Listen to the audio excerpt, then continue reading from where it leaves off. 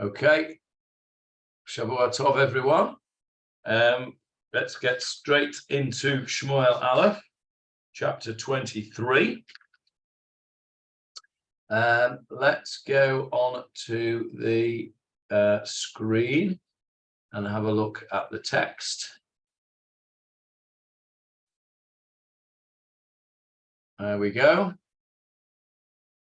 Right, so I think we'll just recap from the beginning of the chapter. David has been told, or appears to see, that the Philistines are attacking this place called Keilah, and he inquires of Hashem via the Urim and Tumim and says, shall I go and fight with these Philistines? And Hashem gives him the answer, yes, go and smite the Philistines and save Keilah. But his men are not keen. And they said, we're afraid here in Judah. How much more if we go to Keilah, to the battle array of the Philistines? They don't want to go. Why do you think they didn't want to go?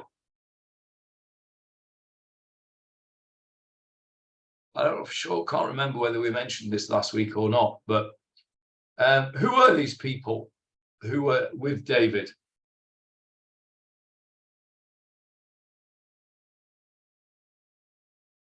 Anyone? Well, we're told these were all the people who were unhappy with Shaul. These are the people that were of bittered spirit, and he gathered around him men of bittered spirit, 400 men of bitter spirit. They were the people who had Shaul had upset one way or another, probably taken their property or their children or something. So these particular people were not professional soldiers. They were not particularly loyal to David. They were just disloyal, if you like, or disgruntled with Shaul. So they're not particularly altruistic people who want to go and save Keilah. They want to think, why should we get involved with them? Let them get on with it. Nothing to do with us. So, verse 4, David asked Hashem again. And Hashem said, yes, go down to Keilah, for I am giving the Philistines into your hand. So they went, and he led away their cattle, and we asked why were the cattle in the battle, and the reason was that they were robbing the grain stores, so they took their cattle with them to eat. And David is successful, and he saves the inhabitants of Keilah. And then we're told this pasuk, which we thought was a bit out of place, that Aviatar, the son of Achimelech, had brought the ephod, the apron that the Kohen Gadol wore, together with the Urim and Tumim. He had brought it with him. He pinched it from the city of Nov. And that's where I think we got to. So let's carry on verse 7. So, verse 7. Vayugad l'Shaul. Vayugad l'Shaul. And it was told to Shaul, Kiva David Keilah, that David had gone to Keilah. Okay. Where do you hear that expression before? Vayugad, to somebody that somebody else had run away. Vayugad l'Shaul kiva David Keilah.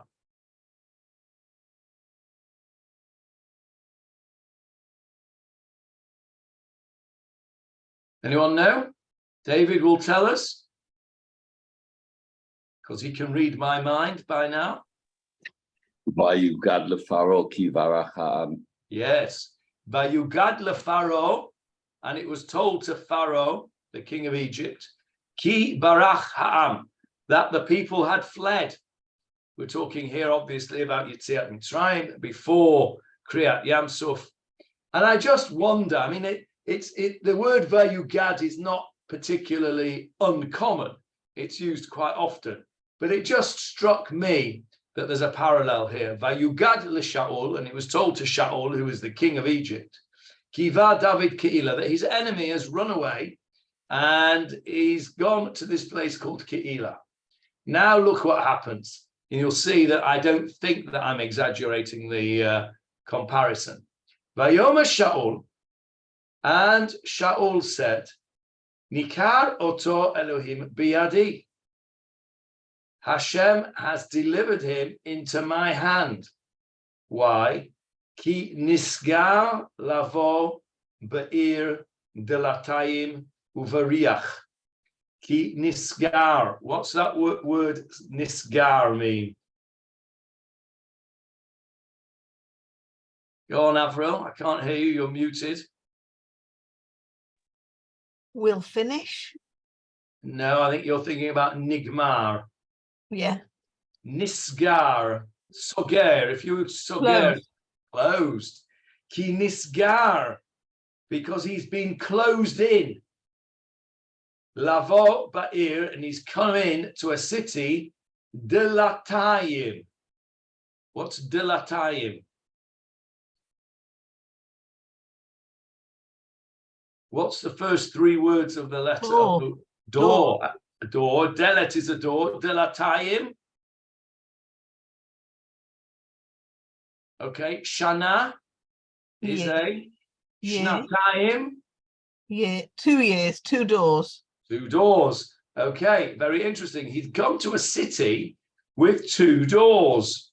Uvariach. Bariach. What's a bariach? It's a bolt, a bolt.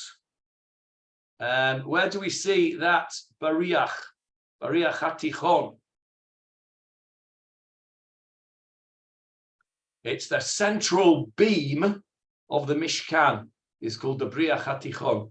It's the main supporting beam of the Mishkan when they put the Mishkan up. Bariach is a bolt, and in fact, we still use that word today in modern Hebrew. It's the bariach is the thing that bolts, the bolt of the door that goes into a door. You know, when you lock the bolts, that's called a bariach. Okay, now, vayugad lamelech Mitzrayim ki barach ha'am. I need to find that for you. David, help me out. Which chapter is it? 15, is it, Shmuel? Let's have a look. Oh, I'm in Bereshit there. That won't help with it. Let's have a look. Chapter 15, we think it's there. Az Yashir. So it's just before that. Well, it's 14. 14. Okay. Yes, there we go. There we go. Well done. Verse 5. It's on that. I hope you can see it on the screen. Can you see verse 5 there?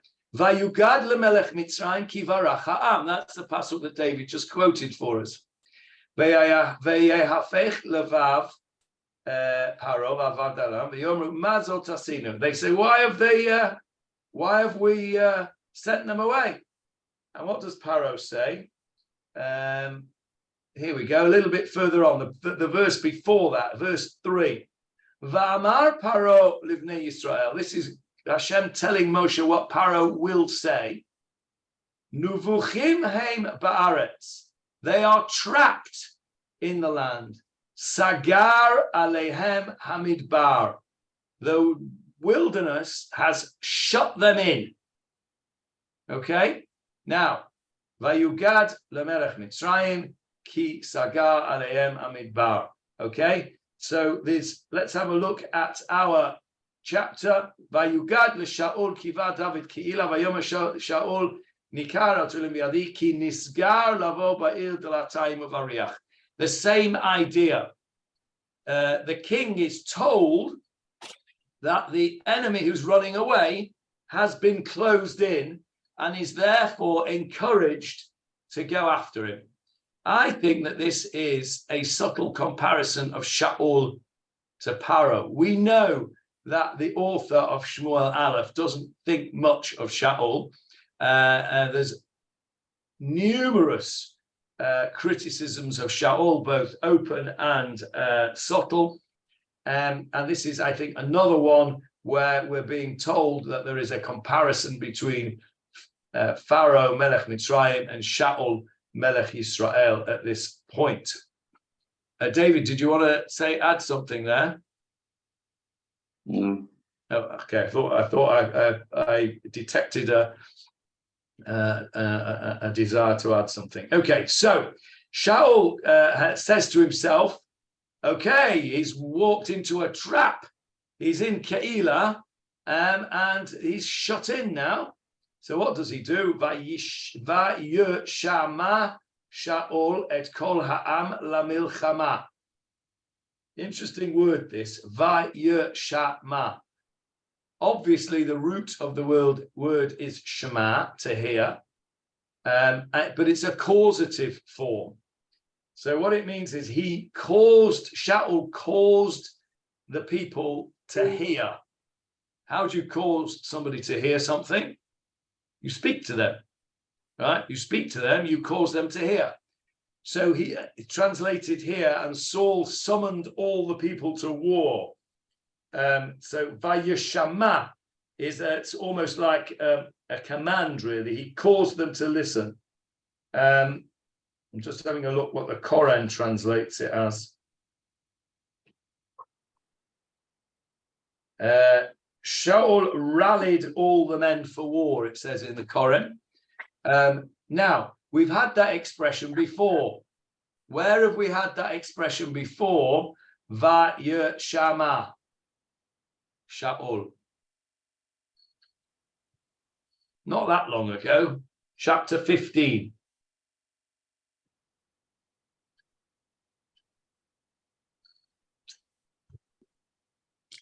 There it is on the screen for you. This is when Shaul, well, it all started to go wrong, really, for Shaul. Shaul is told to go and kill Amalek. Have a look at verse 3 on the screen. Ata now lech ve'ikitet Amalek. Go and strike Amalek. V'hacharamtem. And you shall completely destroy et kol asher lo, which everything he has. V'lo tachmol alav, and do not have pity on him. V'himata me'ish ad isha me'oleh v'ad yonek mishor ad tzeh migamal v'ad chamor.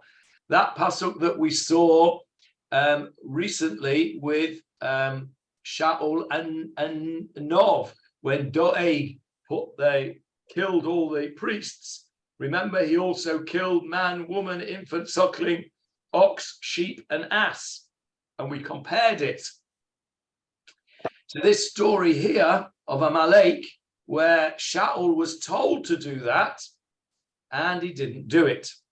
So that was, again, the author of Shmuel Aleph subtly pointing out that when Shaul was told to do something by Hashem, which involved this, he didn't do it. But when he wanted to kill the priests, he did it with alacrity, and he, or at least Doeg did on his behalf, and it was a negative comparison of Shaul's behavior when he's told to do something by Hashem and when he wants to do it himself. And here we have another subtle reminder of the war with Amalek, because the last thing that Shaul wants to be reminded of is the war with Amalek, because that's where it all went wrong for him when he failed to do what Hashem told him. So here we've got that same expression. Vayishama Shaul et ha'am.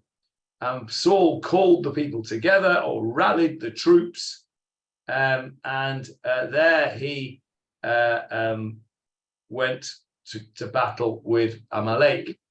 So back to our pasuk here, by same expression, Vayishama Shaul et kol ha'am lamilchama. So again, there's a comparison here. The language comparison is teaching us that Shaul was more interested in his own personal battle against David than he was at the national battle on behalf of Israel. And this is, of course, part of Shaul's illness, that he is putting all his efforts into his so-called enemy David, as opposed to the real enemy, which were at this time the Plishtim. So David is a bit concerned now. Somehow or other, he finds out that Shaul is on him. And verse 9 we're up to now. And David knew that upon him Shaul was plotting the evil. Vayeda David ki alav Shaul macharish hara'ah. Shaul was plotting against David, and so what did he do? Vayoma el Evyatar haKohen. He says to Evyatar haKohen, Hagisha ha'ephod, bring me the ephod. I want to ask Hashem what I should do, or I want to know what's going to happen here.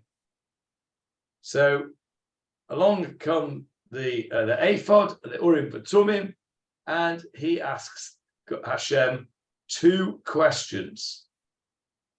Ha yasgiruni bi alei Keilah biyodi. Ha yaskiruni. Ha, beginning of a sentence, the beginning of a word. Ha is the hey. It's called the hey hayedia.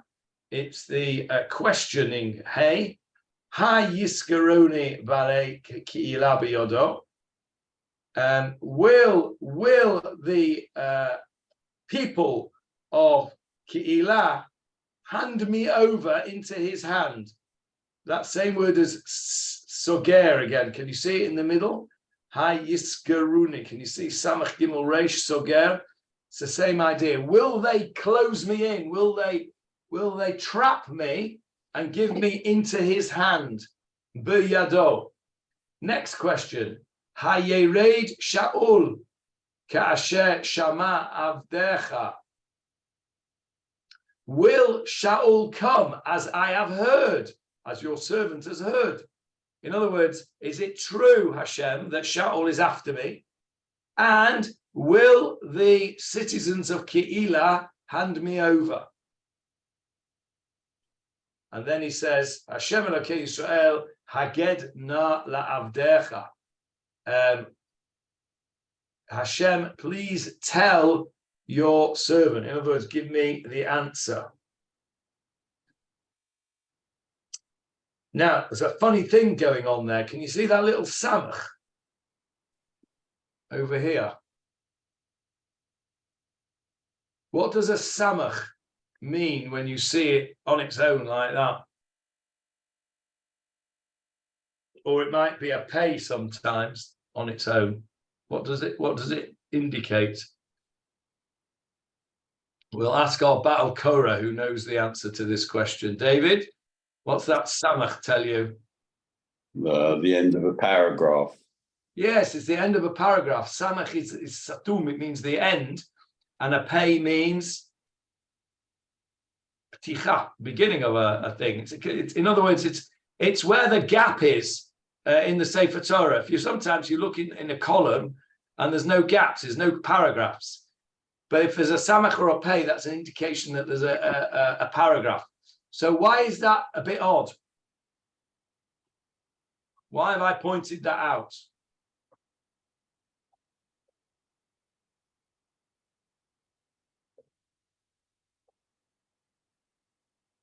Over here, why have I pointed that out? What's odd about it, David? What's odd about that? It's in the middle of the paragraph. It's in the middle of a pasuk. You're right. It's in the middle of a pasuk. How can you have the end of a paragraph in the middle of a pasuk? It doesn't make sense. And it's not. It happens once or twice in the Torah, not very commonly. One that springs to my mind is Vayihi Acharei HaMagefa. At the end of after a plague, I can't remember which one it was at the top of my head. We had that when many plagues going on. Which one was it, David? Where is which plague? Pinchas. After Pinchas. Okay, right. So after the plague, when Cosby and Zimri were misbehaving, and Pinchas speared them, The pasuk says Vayehi acharei hamagefa, and it was after the plague. And then there's a stop. There's a paragraph there, an end of a paragraph in the middle of a pasuk. Here's the same thing. It's unusual. And so you can't see it in the translation here, but if you were looking in the Koren, as I am right now, you can see it very clearly that there is a gap there in the middle of the pasuk. So after the gap, it says Vayomer Hashem Yered. Hashem says Yered. He will come down. Now, what's that all about? First of all, you have to know a couple of rules in order to understand what's going on here. And in order to learn the rules, what do I mean by the rules? I mean the rules of the Urim for Tumim, the rules of how you ask Hashem questions via the Urim for Tumim. The Urim for Tumim were these magic stones that were on the ephod, they were on the apron of the Kohen Gadol, and they were all different colors, and each one had was for each one of the tribes and with a letter. And you asked a question, and it was almost like, like these game show things where the lights light up and it gives you the answer. So that's how I always sort of thought of it anyway when I was a kid. Maybe that's maybe a bit simplistic, but that's how I understand it. There was an indication of HaKadosh Baruch Hu's answer by the use of this Urim v'Tumim. That seems very clear. But it seems that there are rules as to how you ask the questions and how you get the answers. So let's have a look at what the rules are, because once we know the rules, we'll see that actually David has broken a few of these rules. Now, the rules are listed for us in the Gemara in Masechet Yoma. There it is on your screen. This is Masechet Yoma, Daf Ayin Gimel Amud Aleph, and we're over here. Tanu Rabbanan, the rabbis asked, Ketzad Shoalin, how do you ask? How do you consult the Urim v'Tumim? How does it work? Says the Gemara, Hashoel Panav Klapei Nishal. The one who is asking stands facing towards the one being asked, i.e. the Kohen Gadol. V'hanishal panav klapei shchina. And the one who's being asked, i.e. the Kohen Gadol, turns his face towards the shchina. Now, what does that mean? Over here, we're told, i.e. the Urim v'Tumim, he turns towards the Urim v'Tumim, in which the explicit name of God is found by tilting his head down toward it. So he's wearing this thing on his chest like this. And let's say you're asking me, so you're standing right in front of me, I'm the Kohen Gadol, and I look down so that I can see Hashem's name on the Urim v'Tumim. Okay, so then the Gemara goes on to say, Hashoel Omer, the person asks his question. For example, Erdof Acharei Hagadud Hazeh, shall I pursue after this battalion? V'hanishal Omer, and the Kohen Gadol will say, Ko Amar Hashem, so says Hashem, Alei v'hatzlach, go up and you will be successful. Rabbi Yehuda Omer, Rabbi Yehuda says, Ein tzarich lomar Ko Amar Hashem. He doesn't need to say Ko Amar Hashem, he just says, Alei v'hatzlach, go and be successful. Okay. Now then, these are all the things that you don't do. Ein shoalin b'kol, you don't ask in a loud voice. Why? Shneimar v'sha'al lo, because it says, and you shall inquire of him. Lo maharher libo. He doesn't think the question; he has to actually say it. Shneimar v'sha'al lo lifnei Hashem. Ela kederech she'amra chana b'tfilata. And this is learned. How you ask for something from Hashem is learned from the story of Hannah, which we learn right at the beginning of Shmuel Aleph. Shene'emar, v'Chana hi medaberet al liba. She spoke to her heart. Her lips were moving. You couldn't hear. She was speaking softly. And that's how you're meant to ask. Now, so far, we don't think that David's broken any rules, but he's about to break a rule now. Have a look at this. Ein sholin shnei davarim ke'echad. You're not allowed to ask two questions at one go. You're only allowed to ask one question at a time. Ve'ein sha'al, and if you ask two questions at once, ein machzirin ela echad. You'll only get an answer to one. Ve'ein machzirin lo ela rishon. And you'll only get an answer to the first question. You won't get an answer to the second question. And look what the Gemara quotes.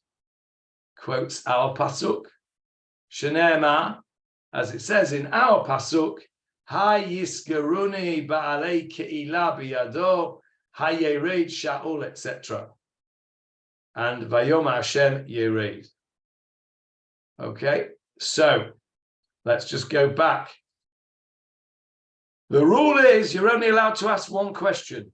What did David do? He asked two questions. He said, will the citizens of Keilah deliver me into his hand?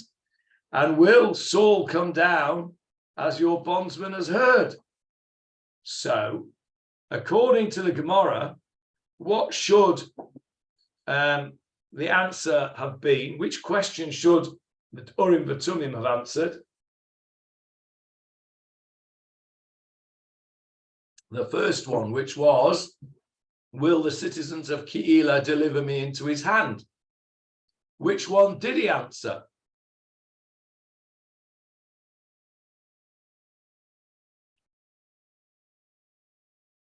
He answered the second one. The second one was, will Saul come down as your bondsman has heard? And the answer was, he will come down. So what's going on here? The Gemara doesn't seem to be right. Let's go back to the Gemara. So the Gemara says, wait a minute. You just told me that you only get an answer to the first question. David Sha'al Shalo Kaseder. David asked the questions out of order, and he was answered in order. So, in other words, what David asked didn't make sense. He said, will the men of Keilah deliver me into his hand? Will Saul come down as your bondsman has heard? Well, that doesn't make sense. Should be the other way around. Should be, will Saul come down and will they hand me over to him? So he gets the answer to the question that he should have asked first. Yes, Ivor. This question. Wouldn't normally Eviatar, as the Kohen, he's the one who addresses the questions. Here, David is more or less chatting friendly to Hashem. He's getting straight answers.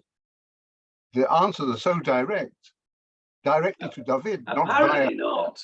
According to the Gemara in Yoma, the asker asks the questions and the Kohen gives the answer. Have a look at the Gemara again. Right, so specific, like Yom Hashem Yered. Yeah, and look what, okay, so Vayom Hashem, I understand what you're asking. But look over here. HaShoel Omer, the Shoel himself asks. Right, not the Kohen, okay. Okay, so the Shoel asks, and then the Nish'al Omer, the Kohen should say, Ko'amar Hashem. Exactly, the answer would come back through the Kohen, not through the here. Kohen. Hashem is talking directly to David. It's amazing. That's a good point. That's a good point. So there's lots going on here. First of all, David asks the two questions. You're not allowed to ask two questions. Second of all, he asks them out of order. And so the answer he gets is to the question he should have asked first.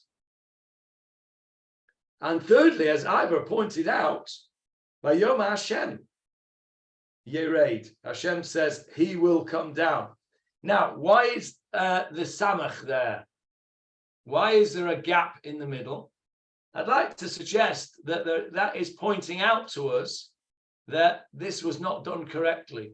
There's something unusual about this. He didn't play by the rules, and therefore what happened was that Hashem answered him, but there's a gap, and I wonder whether there was that gap is an indication that there was some kind of disconnect somehow between the asker and Hashem.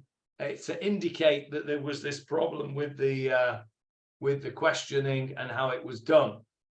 But of course, David has not got the answer to the question that he's really interested in. He's only got half the story. He now knows that Shaul is going to come down after him.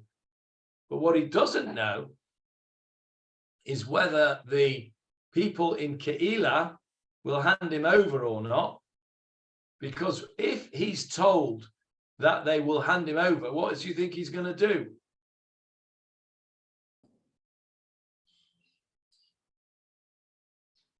What do you think he's going to do? If Hashem says, yep, they're going to hand you over, what might he do? Michael? Disappear. Yeah, he's going to do a runner, isn't he? I would have thought so. So he asks again.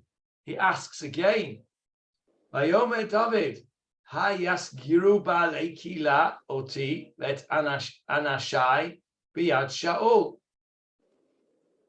This time, he only asks one question, partly because he's got the answer to the first question, but he now asks one question. He plays by the rules, and he gets also via Hashem directly apparently.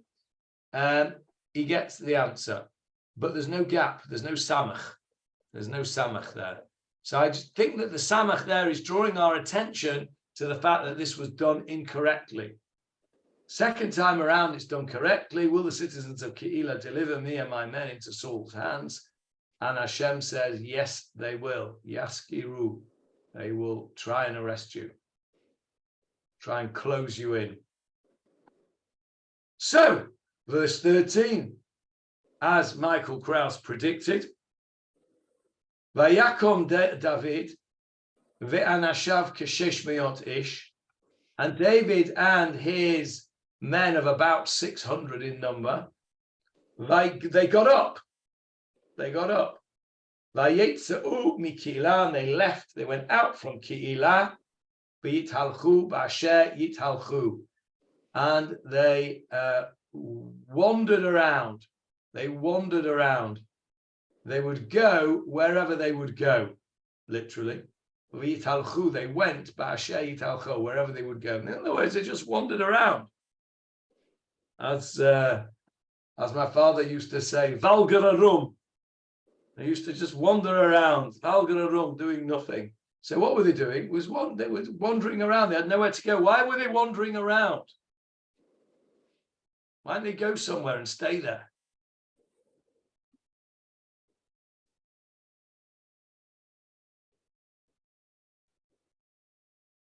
Well, why didn't they go somewhere? Why did they have to wander around?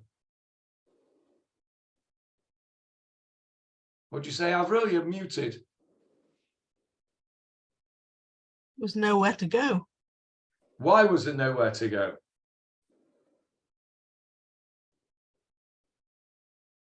Couldn't trust anybody. Well, I think it's the other way around. Nobody wanted them. Look what happened to Nov. And they hardly did anything. They just gave him a bit of food and a sword, and they got slaughtered. Keilah had Shaul going there, and I don't suppose they were very keen. They would have handed him over. Why? Oh, that was the other question I wanted to ask you. Hashem says, yeah, they'll hand you over. Why do you think they would have handed him over? They shouldn't have handed him over, because what's he just done? What has David just done?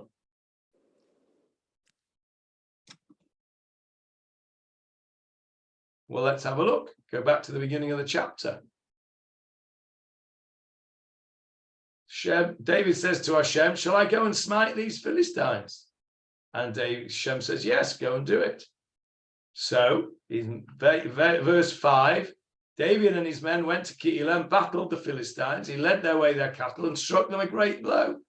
And David saved the inhabitants of Keilah. Vayosha. Again, remember that word Vayosha? Another subtle hint to Shirat Hayam, another subtle hint to Paro. Vayosha David et Yoshvei Keilah. David saved the men in Keilah. So why would they hand them over? Surely they would feel a sense of gratitude to David, who has saved them from the Philistines. Why would they hand them over?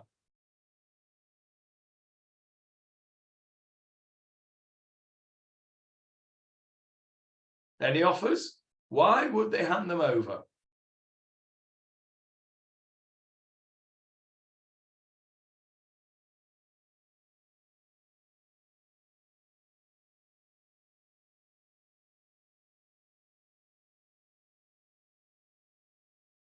No, the Data Mikra, incidentally, Data Mikra does not have a sum up there.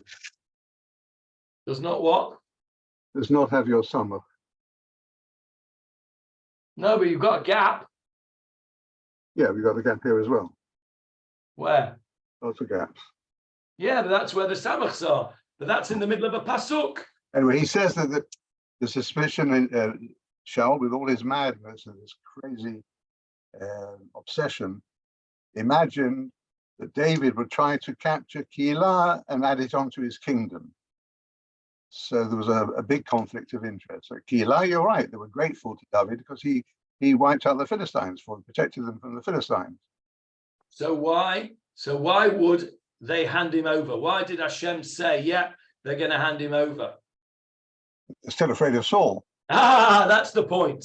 They're afraid of Saul. So at the end of the day, however grateful they are to David, they're saving their own skins because they've heard what's happened in Nov, and Nov didn't do anything. So the last thing they want to do is to harbor David, who's a fugitive from the king, because they've just seen what happened to Nov a few minutes ago, right? Nov's just been destroyed because they helped, allegedly helped David. The last thing that Keilah want is Shaul coming round and finding David in there. They would hand him over, say, here we are, you can have him, we don't want him. Yeah. Even though he saved them, it reflects very, very badly on the people of Keilah, because David has come out of the goodness of his heart. He didn't have to get involved with the Plishtim. He's come from the goodness of his heart. And in fact, this is an element of tshuva for David. Why is it an element of tshuva for David? Because we know, don't we, from the end of last chapter. Let's just go back to the last chapter for a minute. The end of the last chapter, David says, look in this, in verse 22. And David said to Eviatar, I knew on that day that Doeg the Edomite was there, and that he would tell Saul, I brought about the death of every person of your father's household. Remember, he took a bit of the blame upon himself. And so now he sees an opportunity here with Keilah to make amends. He's got an opportunity now of saving a city, and he thinks to himself, I did a bad thing with Nov. Here, at least I can try and make up for that by protecting Keilah against the Philistines. So this is an act of tshuva for David. And if you look at the Rambam's famous Hilchot Tshuva idea, that the most important and deepest form of tshuva is when you get an opportunity to do the same thing again and you don't do it. You get the opportunity to do an aveira and you don't do that aveira, then that is called azivat hachet, You've left behind the sin, and that is the deepest level of tshuva. Here, David has an opportunity to turn away. He doesn't have to get involved with Keilah, and he would then see Keilah be destroyed, as he just saw Nov be destroyed, and he took partial blame for that. So in a way, this is an opportunity for David to make amends, and he does so, and he goes and saves Keilah. And this reflects very badly on Keilah, because Keilah were willing to hand him over, despite the fact that he had saved them, because they were frightened of Shaul.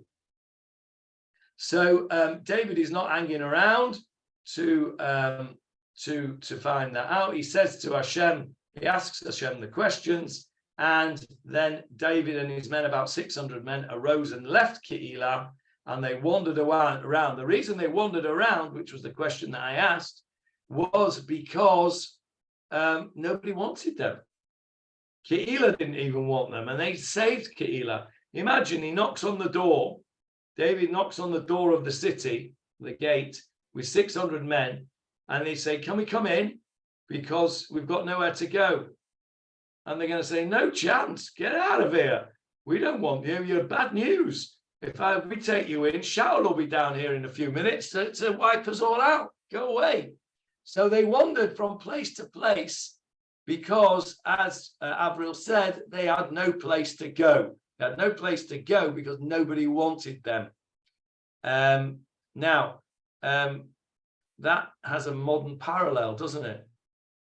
How many times in history have the Jews wandered from place to place because nobody wanted them?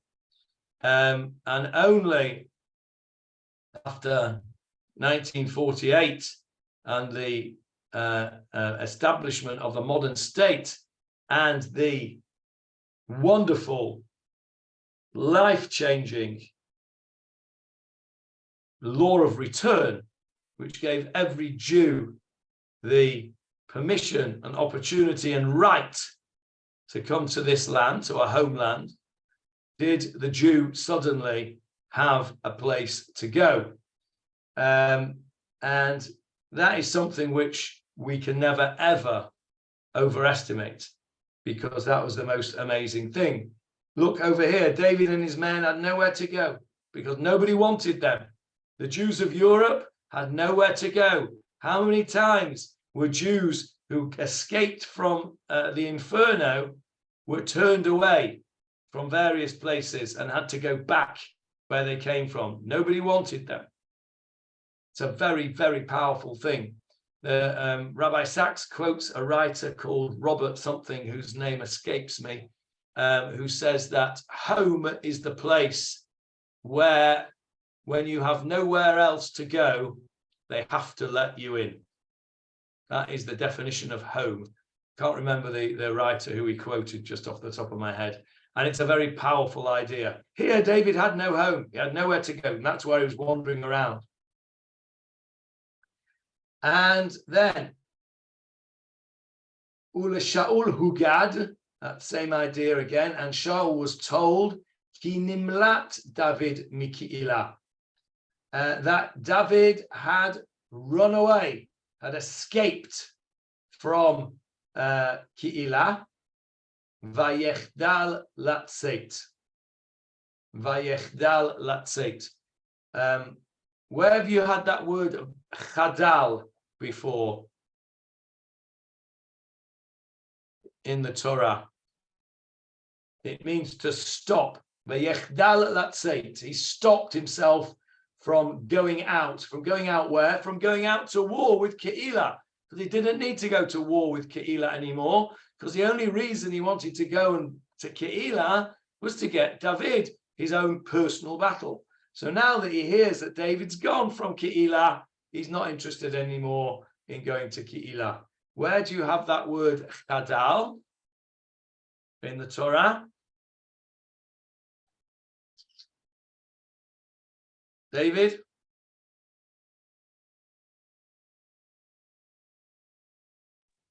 In connection with the plague of Barad, I think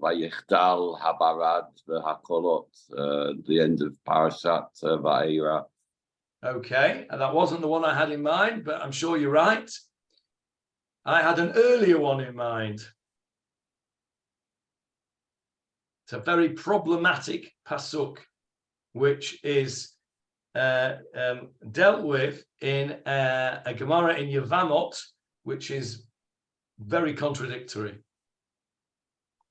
I'm being a bit obtuse. Even David can't read my mind. It's in the story of Sarah. Sarah akara ein la valad. We're told at the end of Parashat Noach, Sarah was barren and she did not have a child. Ein la vlad. She did not have a child. So the Gemara in Yevamos 64a, if I'm not mistaken, says, what does it mean if she was barren? Of course she didn't have a child. That's what it means. Akara, Sarah akarahi ein la vlad. What does it mean? Why did the Torah say it twice? Gemara says, ein la vlad, ein la beit vlad. It means that when it says ein la vlad, she didn't have a child. It means she did not have a beit vlad. She did not have a uterus. Meaning that the miracle that Yitzchak was born was even greater because Sarah did not even have a uterus. All very nice, except at the beginning of Parashat Lech Lecha, we have a pasuk that says, Sarah ve'Abraham ba bayamim zkenim, they were old. And then it says, Chadal liot l'Sarah orech, orach, not orech. I always get that wrong and have to be corrected when I learn that, because I always say orech and it's not, it's orach.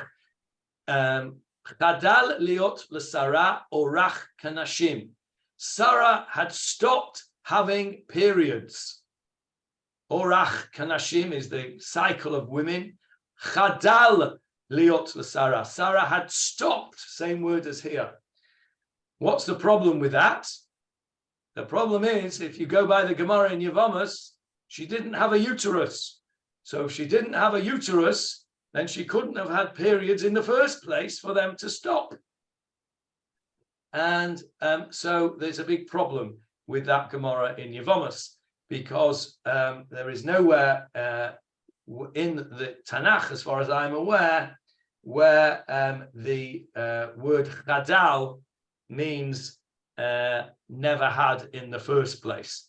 It means a stopping, it means a changing of a situation. And here as well, vayechdal latzeit, he stopped himself from going out, because originally he was going to go out to war with Keilah, and latterly he changed his mind and didn't go. So that Gemara in Yevamot is problematic. I know it's only midrash anyway, but it doesn't fit. So chadal liot l'Sarah orach kanashim, same word.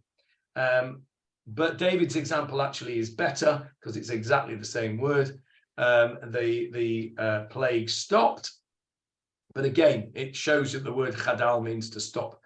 Okay, so David, I've got another problem with verse 13. What else? What other problem have I got with verse 13?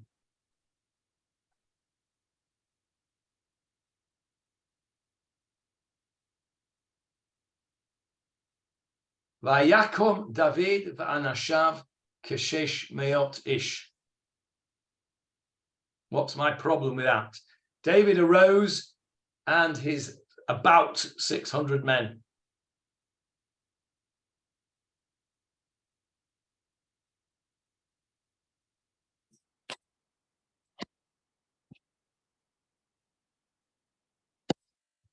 There's the previous chapter, chapter 22, right at the beginning. And David went away from there. This is from Nov, and he escaped to the cave of Adullam. And his brothers and all his father's household heard and went down to him. And every man who was in distress, and every man who had a creditor, and every man of embittered spirit gathered themselves to him, and he became a chief over them. And there were about 400 men with him. So beginning of chapter 22, he's got 400 men. By the time we get to our chapter 23, he's got 600 men. Okay, there we go. He's 600 men. So he's increased his people. Where do you think those 200 men came from? Those extra 200. Michael, did you say something? Keilah? Keilah, yeah. He's now found another 200 guys who want to stick with David. Maybe there were 200 people in Keilah who were grateful to David, as opposed to the leaders, perhaps, who were willing to hand him over to Shaul. There were 200 men, at least, of some kind of moral fiber, who attached themselves to David.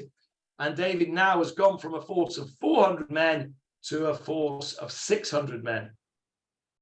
So that's a little interesting snippet there. So where did he go?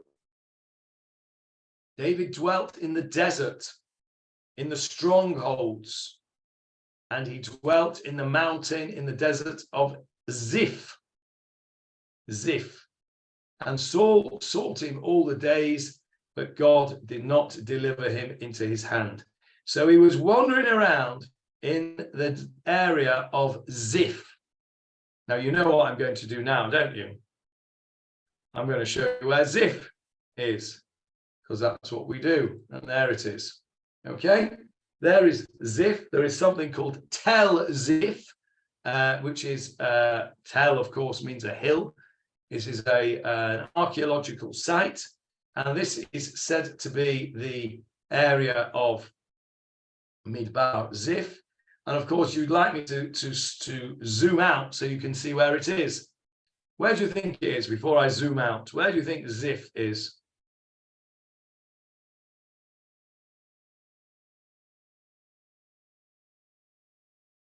Well, it's likely to be close to Keilah, isn't it? Because that's where he's come from. Where was David's main stronghold ultimately? Where was David the king of before he became the king of Yehudah and the king of Israel? Hebron? Yes, Michael.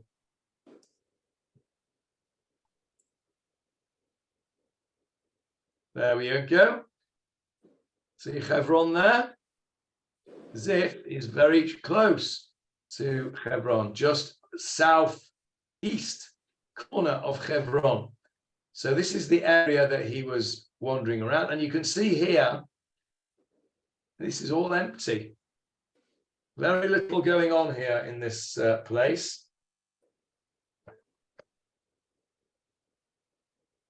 Very little going on. And this is the midbar of Ziph that that David was going. So you can see this was his this was the area where he was. Shaul was searching for him. You'd have thought he'd know where he was. You thought it'd be obvious, but it seems Hashem did not deliver him into his hand. Doesn't say Saul sought him all his days and couldn't find him. It says God did not deliver him into his hand, and that is telling us that al pi teva, according to the natural way of things, Shaul should easily have been able to find him. This is 600 men, is a big force. You can't hide 600 men so easily. He knows more or less where he is. It would have been pretty simple normally for him to go and find him. But it seems that Hashem had other ideas, and Hashem was on David's side and did not allow Shaul to find him. But somebody did find him.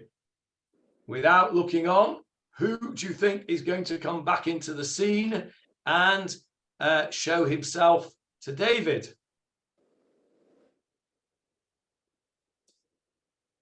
Who do you think, if you were writing a story now, you were writing a storybook, who would come riding along on a white stallion right now? Jonathan. Again? Jonathan. Jonathan, yes, thank you, Stuart. I didn't know where that had come from.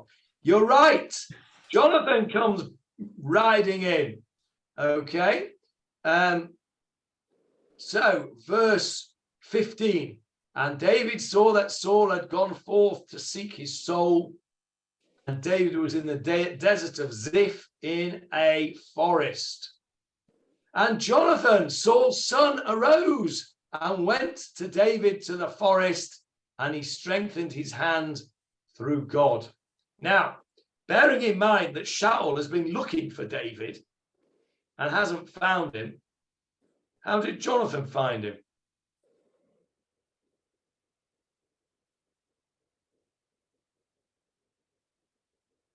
Well, the clue is here. The clue is here. Velo natano Elohim biyado. God, Elohim, did not hand David over into Shaul's hand. And when Jonathan comes along and finds David, vayechazek et yado belohim. This was Hakadosh Baruch Hu's hashgacha protis here. This was Hakadosh Baruch Hu saying, Shaul, you're not going to go to David, but Jonathan, you can. And it was through the hand of God that Jonathan was able to find David. And he comes and he has a reunion.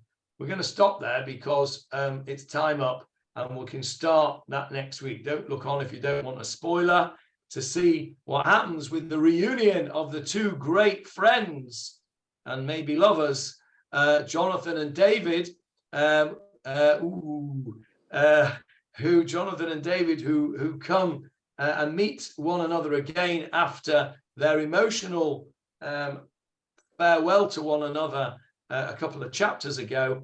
They meet again in the forest of Ziph, and next week, please God, we will continue there. What have we done today? We have seen that Keilah were not very grateful for David. They didn't show their gratitude for David for saving them. They were willing to hand him over to Shaul. David broke the rules of the Urim and Tumim and asked questions when he shouldn't have done. He asked two questions in one, and he asked them out of order. We had that funny little samach there, which gave us a gap in the pasuk to perhaps indicate Hashem's displeasure. We had the comparison between Shaul and Pharaoh. Vayugad leShaul, vayugad lePharaoh, kivarach ha'am. We had another comparison. Ki nisgar.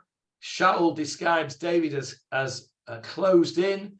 Pharaoh describes Israel as sagar aleihem hamidbar. The desert has closed them in. We had another one, Vayosha, we spoke about over here, Vayosha David et Yoshvei Keilah. Same word as just before, Oz Yashir, Vayosha Hashem. And then David runs away from Keilah. He wanders around because he's got nowhere to go. And he goes and finds himself a place in the desert, and finds himself a place in the forest. And finally, Jonathan shows up in verse 16. We will continue next week. Any questions on today's shiur? Yeah, you just had another word from the shiur as well, haven't we? Go on. Vayechazek. Oh, you're right. Vayechazek. Yes, Vayechazek. Where do we have that in the Shira? Oh, in the story of Kriyat Yamsuf. I think we read it. It's on here. There we go. V'chizakti et leiv Paro. God says, I will strengthen the heart of Paro. In other words, I'll harden his heart. Yes, very good, David. Excellent. Vayechazek Hashem et leiv Paro melech Mitzrayim vayidof acharei bnei Yisrael. Yeah. This is him saying, I will do it. And then he did it. There it is. Vayechazek Hashem et leiv Paro melech Mitzrayim vayidof acharei bnei Yisrael. Uvnei Yisrael yotzeim biyad ramah. Excellent. So there we go. So there's definitely, it's not a coincidence, is it, that all these things are pointing us back to the Shirah and the saving of the Bnei Israel and the saving of David here at the hand of Shaul, and that Shaul is cast in the role of the afflictor of Pharaoh. It doesn't reflect well on Shaul, and I think it's very clear that the author of Shmuel Aleph is not a great Shaul fan. Okay, any other questions or comments on this week's show? I mean, you paused it just before this most beautiful pasuk of 17, because and the love of Jonathan for David is shone through in several times. Yeah. And when Jonathan actually says, "But don't worry, my father will not succeed." He's incapable of controlling his vicious hate. But Jonathan actually says in the next pasuk. Yeah, we're going to do that next week, Ivor. You just spoiled it. Yeah, but I want to finish on a happy note with this nasty story. Right. Now you'll have to wipe your mind of what Ivor has said now, because otherwise it won't be exciting for you for next week. All right, very good. See you next week. Tomorrow night, if you're interested, Tefillah, we're going to go through Hashem, Keilah, Rachum, V'Chanon in some detail. 8:30 in Shaul, on Zoom and on recording. Shavua Tov, everyone. Thank you, Johnny. Thank you very much, and Mazal Tov to Michael as well. Mazal Tov to Michael on the birth of a grandson, and Mazal Tov to me on my birthday.